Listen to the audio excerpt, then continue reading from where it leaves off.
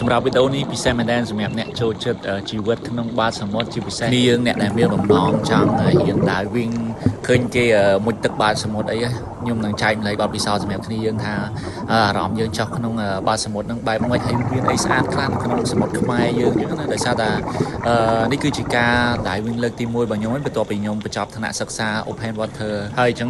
ជាមួយខ្ញុំចែកម្លែកបទពិសោធន៍ខ្លះហើយក៏ដូចជាផ្តិតនៅទស្សនវិជ្ជាស្អាតនៅបាតសមុទ្រចែកជូនគ្នាយើងបានទស្សនាអញ្ចឹងណាហើយមកលើកនេះខ្ញុំទៅដើរវិញជាមួយនឹងខាងខ្មែរដៃគ្រូអញ្ចឹងខ្ញុំបង់លុយហើយគឺឯវ៉ាវ៉ាន់អីគេរៀបចំឲ្យយើងមកស្អាតហ្មងយើងទៅដល់យើងចាំតែពាក់ shoe ពាក់អីហើយទៅយើងឡើងចុះមួយហ្មងហើយនេះខ្ញុំរៀបចំចុះអីតែមុនចុះអីយើងត្រូវ check up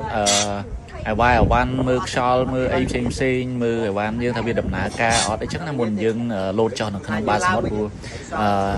ជា safety សម្រាប់យើងដែរអញ្ចឹងសម្រាប់ការមុជទឹកនេះហ្មងអត់ទៅណាឆ្ងាយទេគ្នាយើងខ្ញុំមុជម្ដុំមុខឆ្នេរ Long Beach ឆ្នេរអីហ្នឹងឯងម្ដុំហ្នឹងឯងនិយាយទៅចិត្តទេហើយចំពោះជំរៅទឹកអីហ្នឹងអាចខ្ទង់ពីចន្លោះពី15ម៉ែត្រទៅ20ម៉ែត្រអីហ្នឹងឯងគ្នាយើងមិនសូវជាជ្រៅខ្លាំងទេអញ្ចឹងចំពោះបទពិសោធន៍ការមកដែរវិញលើកនេះគឺខ្ញុំមកចំថ្ងៃភ្លៀងហ្មងគ្នាយើងហើយមានគ្នាយើងក៏សួរថាជុំទៅដែរវិញទាំងភ្លៀងអញ្ចឹងនៅបាតសមុទ្រមើលឃើញដែរហើយដូចគ្នាឃើញអញ្ចឹងនៅបាតសមុទ្រវានៅមើលឃើញធម្មតាទេមានពលិអីធម្មតាទេគ្រាន់តែវាមិនសូវស្អាតដូចថ្ងៃដែល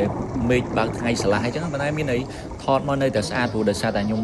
អានេះខ្ញុំប្រើ Action 5គ្នាយើងហើយថ្ងៃនេះខ្ញុំហ៊ានមែនតើគឺវាយលៀតហ្មងអត់មានពាក់ខេះទេដោយសារតែខាងអ្នកដែរហ្នឹងក៏ប្រាប់ខ្ញុំថាទៅដែរប្រហែលចន្លោះ10ម៉ែត្រទៅ15ម៉ែត្រអីទេអញ្ចឹងខ្ញុំ check សួរ Chat GPT ថាមានអត់អីហ្មងអាចយកចូលដែរបានអញ្ចឹង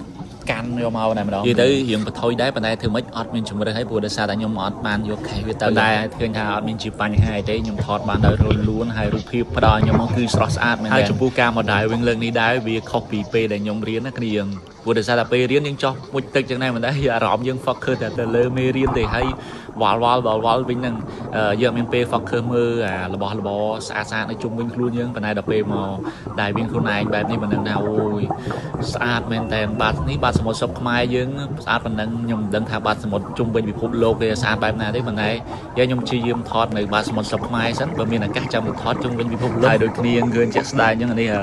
យាយទៅអាពួកដែលសត្វដែលនៅបាតសមុទ្រហ្នឹងវាប្លែកមែនតើអានេះសម្រាប់តែទឹករាក់ប៉ុណ្ណឹងចុះតែមកទឹកជ្រៅទៀតតើវាលយប៉ុណ្ណាទៅខ្ញុំស្រឡាញ់មែនតើពួកអាប្រភេទសត្វដែលវានៅក្នុងបាតសមុទ្រនិយាយទៅដូចយើងកំពុងតែមើលរឿងនិយាយទៅថ្ងៃហ្នឹងជួបពួកអាសត្វឈូតច្រើនមែនជាពិសេសត្រីនេះវាកំពុងបលែងគ្នាត្រីស្អាតមែនតើគឺយើងនៅក្រៅបានស្អាតជាងក្នុងកាមេរ៉ាទៀតហើយត្រីនីម៉ូក៏ច្រើនណាស់គ្នាយើងខ្ញុំទៅសម្បូរទៅដោយក្រាសមុទ្រហើយត្រីនីម៉ូហ្នឹងវារស់នៅក្នុងក្រាសមុទ្របែបហ្នឹងឯងនិយាយទៅវារបៀបអាហ្នឹងដូចផ្ទះវាចឹងវាវិលទៅវិលមកហ្នឹងយើងទៅថតទៅវាអត់ផ្អើលទេវាគាត់ថាវាហែលទៅវាលួចមើលយើងរហូតនិយាយទៅខ្ជូតមែនតើវាភ័យយើងមិនដែលវាអត់ចេញវាក្នុងហ្នឹងទេតែពេលដែលវាឃើញយើងចឹងវាចូលពូនសិនហើយវាងើបចេញមកអឺតមើលយើងសិននិយាយទៅចរិតវាខ្ជូតមែនតើអាត្រីនីម៉ូនេះហើយបើសិនជាគ្នាយើងចង់មានបទពិសោធន៍ដែរវិញចឹងគ្នាយើងអត់ដែររៀនក៏យើងអាចចុះទៅបានព្រោះនៅខ្មែរដៃក្រុមហ្នឹងក៏គាត់មានទទួលអ្នកចង់ធ្វើ try ដែរអាហ្នឹងគេ try ដែរនិយាយទៅអ្នកដែលអត់មានបទពិសោធន៍មួយទឹកអត់មានសញ្ញាបត្រអីគឺគាត់មាន guide មួយសម្រាប់បរិញ្ញាយើងភ្លាមហែលភ្លាមមកគាត់ថាយើងរៀនយើងហែលឲ្យចប់អីអត់បានសញ្ញាបត្រអីទេហើយ guide ម្នាក់ហ្នឹងគឺគាត់នៅចាំនាំយើងទៅគ្រប់កន្លែងហ្មងយើងអត់មានសេរីភាពដូចខ្ញុំជាពួកខ្ញុំចេះយើងហែលតាមគ្នាទៅយើងចង់ទៅមើលកន្លែងណាក៏បានទៅ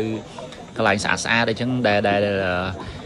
ព្រោះដោយសារតែខ្ញុំទៅហ្នឹងគឺមាន tour guide គាត់នៅក្នុងបាតសមុទ្រនេះដែរគាត់នាំយើងទៅកន្លែងស្អាតព្រោះពីច្រើនគាត់អាសាហែលអាហ្នឹងគាត់ដឹងហើយថាណាស្អាតអីមានត្រីអីចឹងណាចឹងគាត់នាំទៅមើលចឹងហើយបើសិនជាគ្នាយើងចង់រៀនក៏ល្អដែរព្រោះបើយើងរៀនទៅយើងមានសញ្ញាបត្រយើងអាចហែលជុំវិញពិភពលោកបានគឺយើងមានតែសញ្ញាបត្រ Open Water ហ្នឹងមកយើងចង់ទៅប្រទេសគេអីបើហានតែសញ្ញាបត្រគេទៅយើងអាចចុះដែរហើយចាំមើលខ្ញុំព្យាយាមដែរបានច្រើនដើម្បីថតទស្សនវិជ្ជាស្អាតចែកជូនគ្នាយើងដែរអញ្ចឹងណាហើយអរគុណច្រើនគ្នាយើងវីដេអូខ្ញុំមានតែប៉ុណ្្នឹងទេបាយ